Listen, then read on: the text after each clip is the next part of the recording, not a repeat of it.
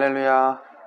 11월 8일 메릴랜드 선교교회 주일 예배, 온라인 예배로 오신 여러분을 주님의 이름으로 환영합니다. 다 함께 365장 찬송하심으로 하나님께 영과 진리로 예배하겠습니다.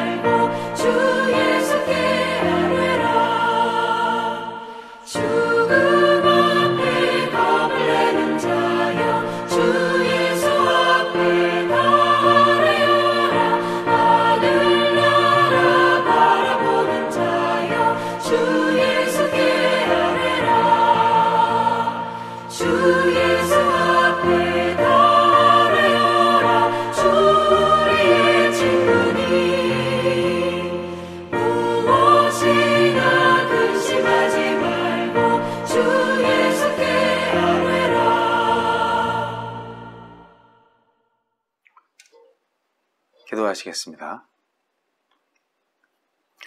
우리의 생각과 마음을 모두 아시는 하나님 아버지께 우리의 몸과 마음이 언제나 정결하고 거룩하기를 원합니다.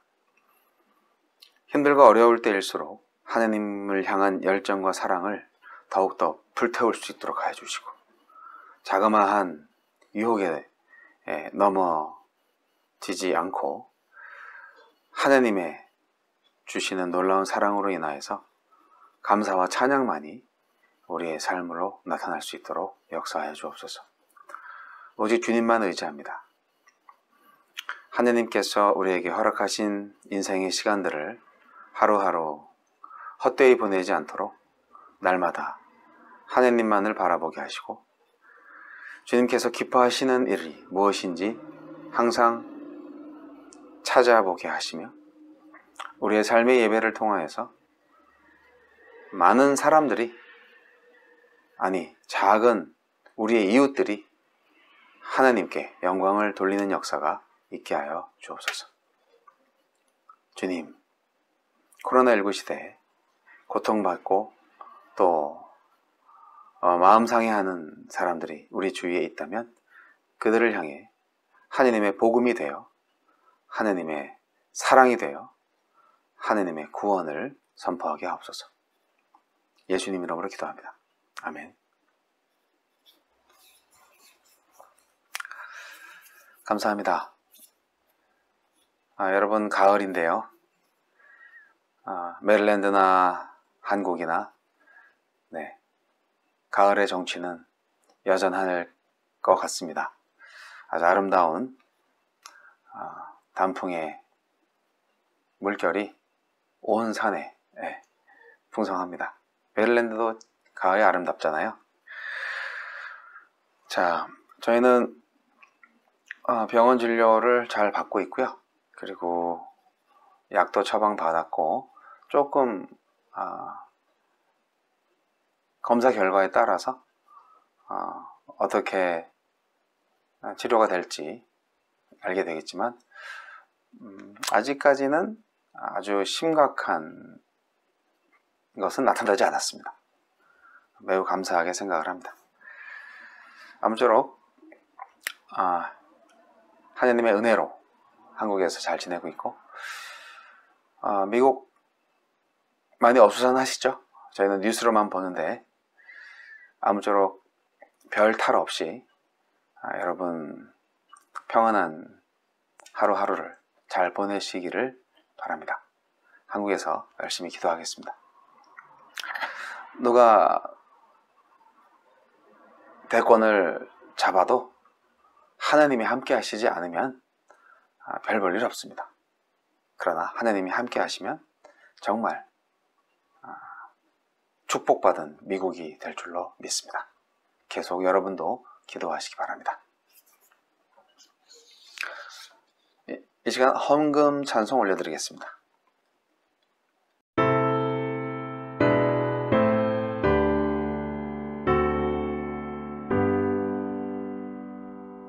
모든 것이 주께로부터 왔으니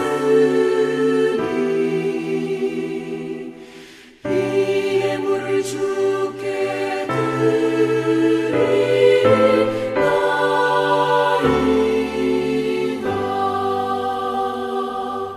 아멘.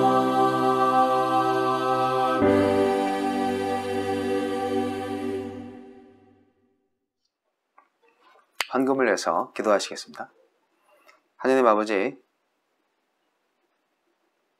우리에게 물질을 허락하신 분 역시 하나님이심을 믿습니다. 이 세상에 그 어떤 것도 나의 소유는 없습니다. 모두가 하나님의 것입니다. 그러므로 하나님께 나의 모든 것을 감사와 찬양으로 돌려드립니다. 우리의 믿음의 예물을 받으시고 오직 사랑으로 함께하여 주옵소서. 예수님 이름으로 기도합니다. 아멘. 자, 오늘의 말씀은 역대하 6장 40절로 42절 말씀입니다.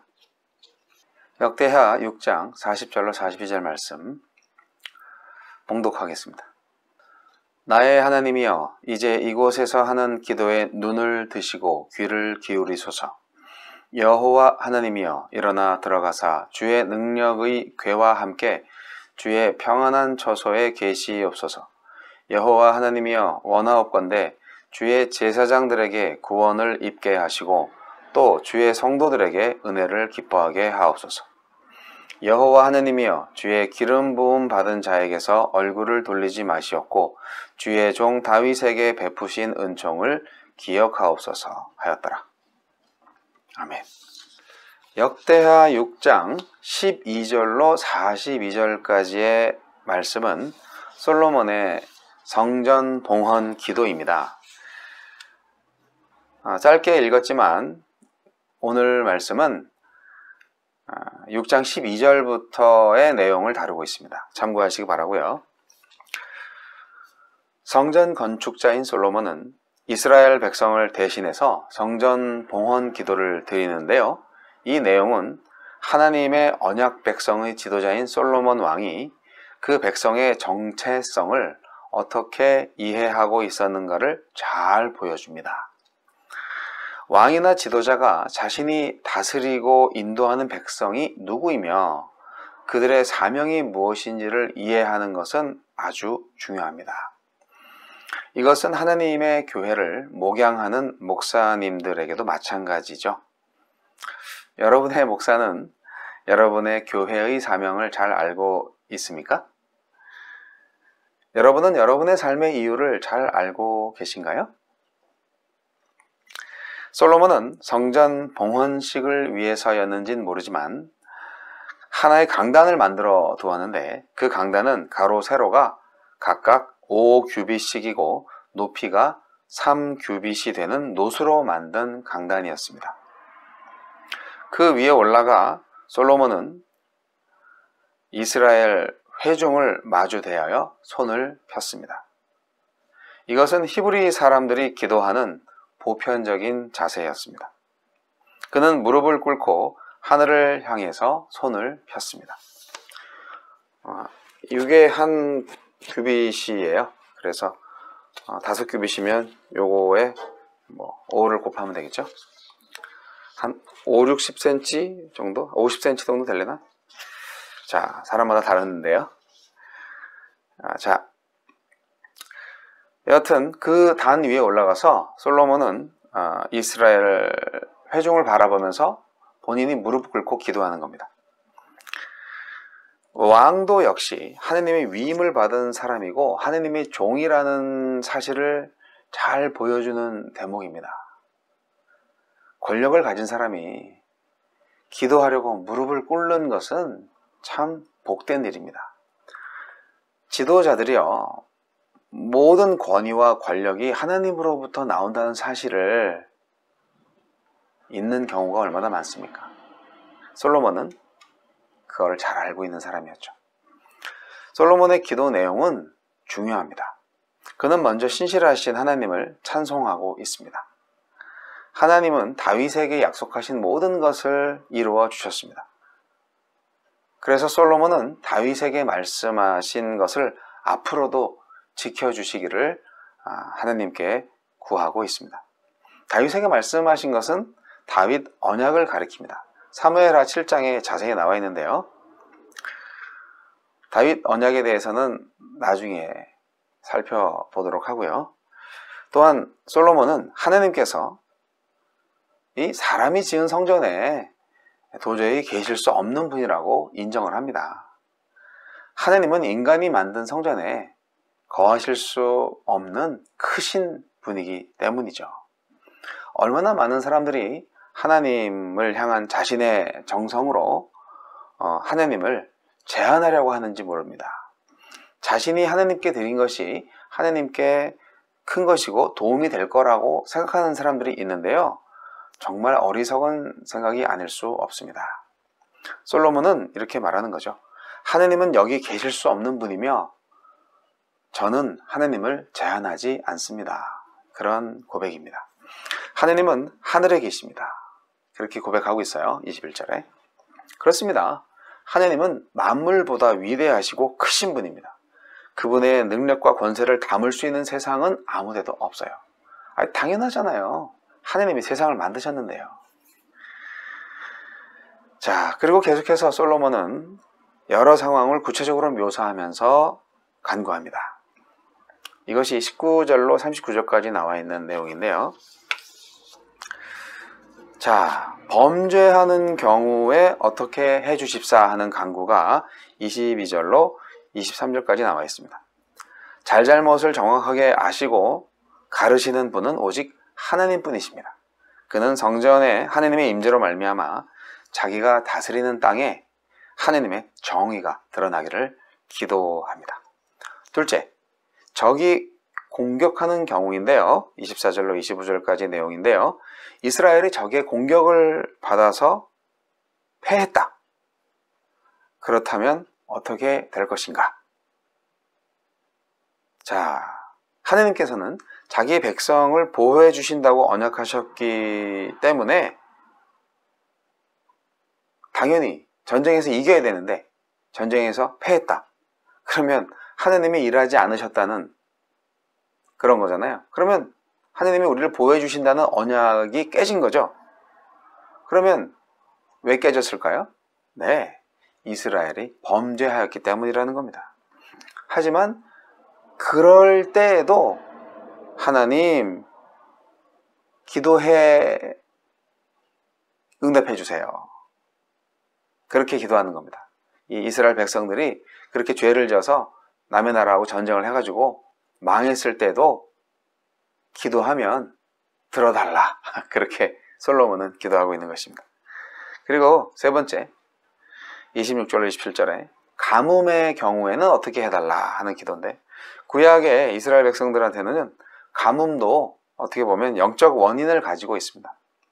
전능하신 하나님께서 모든 자연적인 공급을 약속하셨기 때문에 가뭄이 왔다. 그러면 이것도 이스라엘이 죄를 졌나? 아니면 하나님의 어떤 계획이 있나? 하는 것이죠. 그때도 이스라엘 백성들의 기도를 들어달라. 솔로몬의 중보기도입니다. 네 번째는 기근과 전염병과 재앙과 질병 등의 경우에도 하나님 기도를 들어주세요 하는 것입니다. 이 내용은 28절 31절까지인데 이것도 다 영적으로 관련이 있습니다. 여러분, 신앙은요 결코 우리 인생의 많은 영역 중에 한 부분이 아닙니다. 신앙은 우리 삶 전체에 영향을 미치고 관계되어 있어요. 그렇지 않습니까?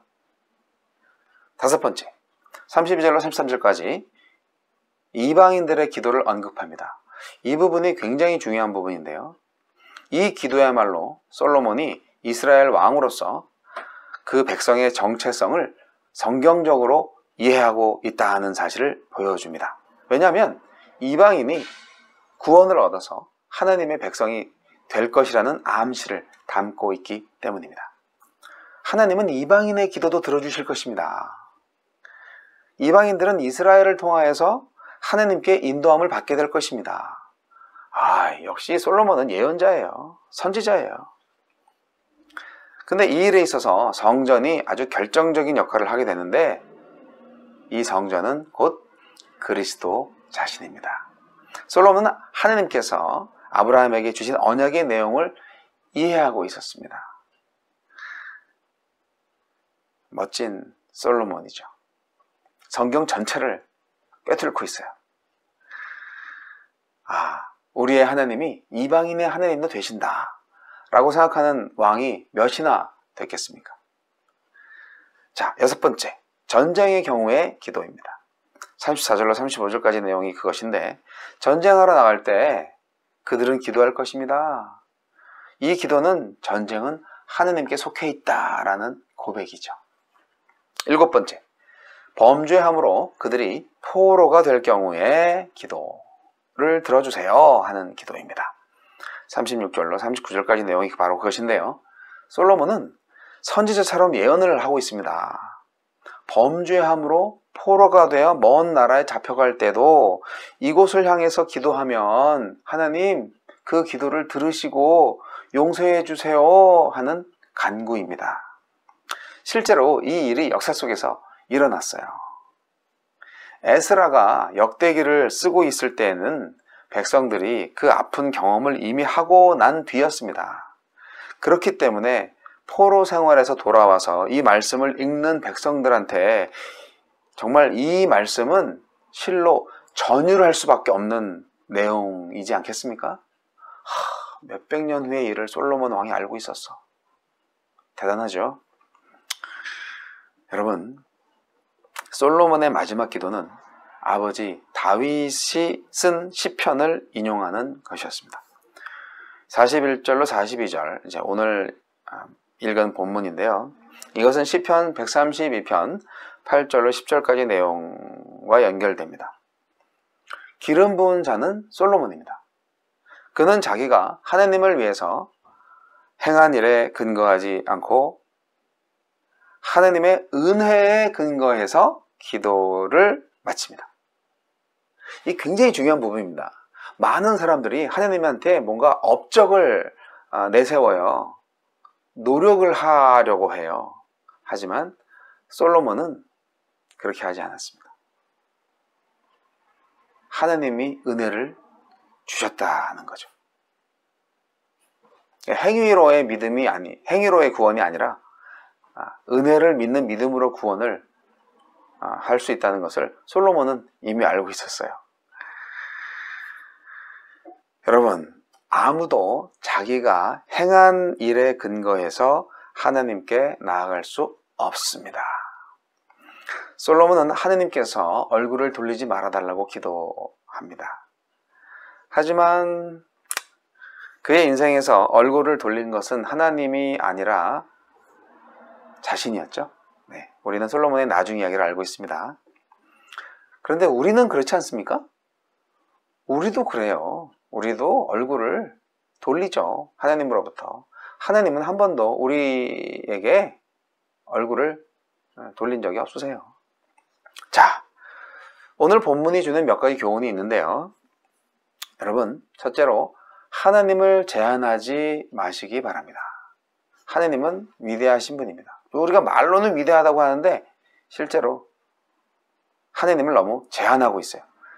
자꾸 교회 건물 안으로 가둬놓으려고 하는 게 있어요. 여러분, 우리의 섬김이 아무리 귀해도 그것으로 하나님을 제한할 수 없습니다. 우리가 무엇을 드리더라도 솔로몬처럼 하나님이 어떻게 이것으로 기뻐하실 수 있으시고 어떻게 이것으로 만족하시겠습니까? 라고 말할 수 있어야 됩니다. 둘째, 우리 인생에 일어나는 모든 일은 다 하나님의 주권하에 있다. 명심하시기 바랍니다. 모든 일이 우연히 일어나지 않아요. 모든 일에 하나님께서 우리에게 말씀하실 것이 있어요. 신앙이라는 것은요, 신앙생활이라는 것은요, 인생의 많은 영역들 중에 하나가 아니라 전부라는 의미를 다시 한번 강조합니다. 우리는 모든 삶의 영역에서 하나님께 뜻을 묻고 하나님의 말씀에 순종하고 있는지 살펴보아야 합니다. 세 번째로 하나님은요, 이스라엘의 하나님만이 아니라는 사실입니다. 솔로몬은 이방인이 하나님께 구하면 다 들어주시고 그로 말미암아 땅의 모든 만민이 주의 이름을 알고 주의 백성 이스라엘과 차별이 없이 하나님을 경외하게 해달라고 기도하고 있습니다. 이것은 솔로몬이 아브라함의 언약을 알고 있었다는 것이죠. 창세기 12장 1절로 3절을 통해서 이스라엘 민족의 정체성과 사명을 이해하고 있었다는 사실을 알게 됩니다. 여러분은 그리스도인으로 살아가면서 이 정체성과 사명을 인식하고 이것을 적용하면서 살아가고 계십니까? 하나님은 모든 사람이 진리를 알고 구원에 이르기를 원하십니다. 이 약속은 사실 아브라함께 주신 약속부터 이루어진 거예요. 그런데 이스라엘 백성들은 지금도 자기만의 하나님을 추구하고 있죠. 자, 여러분에게 이제 마지막으로 도전을 드립니다. 우리는 솔로몬처럼 기도해야 합니다. 솔로몬은 성전을 지은 후에 자신이 할 일을 다 했다라고 생각하지 않았습니다. 자기가 필요한 것을 구하지 않았고요. 오로지 성전이 기도의 장소가 되게 해달라고 간구했습니다. 자기뿐 아니라 주의 백성들이 이곳을 향해서 기도할 때 언제든지 하나님께서 그 목소리에 귀를 기울여 주시고 언제든 관계가 회복되는 곳이 되게 해달라고 기도했던 거죠. 솔로몬은 성전이라는 공간 자체를 숭배하거나 그 공간 안에 하나님을 가두기보다는 소통과 회복의 장소로 사용되기를 바랐습니다. 또한 솔로몬은 이 성전 앞에서 참과 거짓, 정의와 불의를 심판해 주도록 간구할 때 주님은 악한 자를 심판하시고 정의로운 자의 공의를 실현해 달라고 요청하고 있습니다. 또한 자기 백성이 훗날 범죄해서 타국으로 포로로 잡혀가서 그 땅에서 뒤늦게 죄를 깨닫고 이 성전이 있는 곳을 향해서 기도할 때 그렇게 죄가 쌓이고 쌓여서 더는 가망이 없어서 하나님께서 극단적인 심판을 하신 후에라도 백성들이 주님을 기억하고 기도하면 그 기도를 들어달라고 기도하고 있는 것입니다. 얼마나 선견자적 기도를 하고 있는지 모릅니다. 우리도 이렇게 기도해야 합니다. 사랑하는 성도 여러분, 성전은 은혜와 자비의 장소입니다. 하느님의 성품을 눈으로 확인하는 장소입니다. 우리 주 예수 그리스도께서 이 성전을 향한 솔로몬의 기도와 간구를 성취하셨습니다. 하느님께서 이제 예수님 안에서 만유를 성소로 삼으시고 언제 어디서든지 우리를 만나주십니다. 할렐루야. 이제 성전은 우리 몸입니다. 예수님께서 지금 우리 안에 계시지 않습니까? 세상 사람들이 그리스도인을 향해서 자신을 구해달라고 소리치지 않습니까? 우리가 바로 모든 사람들이 두 손 들고 기도하는 성전이고 아우성치는 세상을 구원할 교회입니다. 저와 여러분 안에 은혜가 있고 죄사함이 있고 화해가 있습니다. 저와 여러분 안에요. 우리는 바로 하나님과 세상을 화평케 하는 사람들입니다. 저와 여러분의 정체를 이제 아시겠어요? 우리는 언제든지 하나님께 기도할 수 있습니다. 그런데 특별히 기도로 나아가야 할 때가 있습니다. 과연 언제일까요? 지금이죠. 과학적 세계관에 익숙한 우리는 재앙과 질병, 위기 앞에서 사실 좀처럼 기도하고 있지 않습니다. 인간의 이성과 과학기술이 문제를 해결할 거로 믿습니다. 하지만 그런 믿음은 인간의 한계를 모르는 어리석음이며 오만입니다. 인생에 있어서 기도가 필요하지 않은 상황이 있나요? 전 세계가 코로나19로 지금 고통받고 있는데 지금이야말로 기도해야 할 때가 아닙니까? 하나님은 언제든지 진심으로 기도하면 들어주십니다. 우리를 코로나19로부터 구해달라고 기도하라는 얘기가 아니에요. 우리는 이미 구원받았잖아요. 우리는 아직 구원받지 못한 세상을 위해서 기도해야 합니다. 그렇게 기도하시겠습니까? 기도하시겠습니다. 하나님 아버지, 우리를 성전 되게 하시고 우리를 교회 되게 하심을 감사합니다. 우리의 삶의 이유는, 우리의 정체는 바로 세상과 하나님을 화해시키고 세상을 구원시키는 하나님의 중보자요, 또한 하나님 왕국의 대사로서 사명을 가진 자임을 믿습니다. 오 주여, 고통받는 이 세상을 구원하여 주소서. 우리가 그들을 구원할 수 있는 하나님의 도구가 되겠습니다. 주님, 속히 이 땅을 회복시켜 주시옵소서. 서로가 미워하고 시기하고 질투하고 그리고 멸시하고 천대하는 일들이 많이 나타나고 있습니다. 하나님, 이 세상의 모든 사람들은 다 하나님의 자녀가 될 기회가 있습니다. 주님, 할 수만 있다면 모든 사람들과 화평하게 하옵소서. 모든 사람들이 하나님을 경외하게 하옵소서. 지금은 우리 주 예수 그리스도의 은혜와 하나님 아버지 극진하신 사랑과 성령님의 감화감동 교통 역사하심이 솔로몬의 기도와 같이 세상을 향해서, 세상을 위해서 하나님의 지혜와 권능과 진리와 사랑으로 구원의 중보자가 되기로 결단하는 메릴랜드 선교교회 성도들 머리 위에 이제부터 영원까지 함께 하시기를 우리 구주 예수 그리스도 이름으로 간절히 축원하옵나이다. 아멘.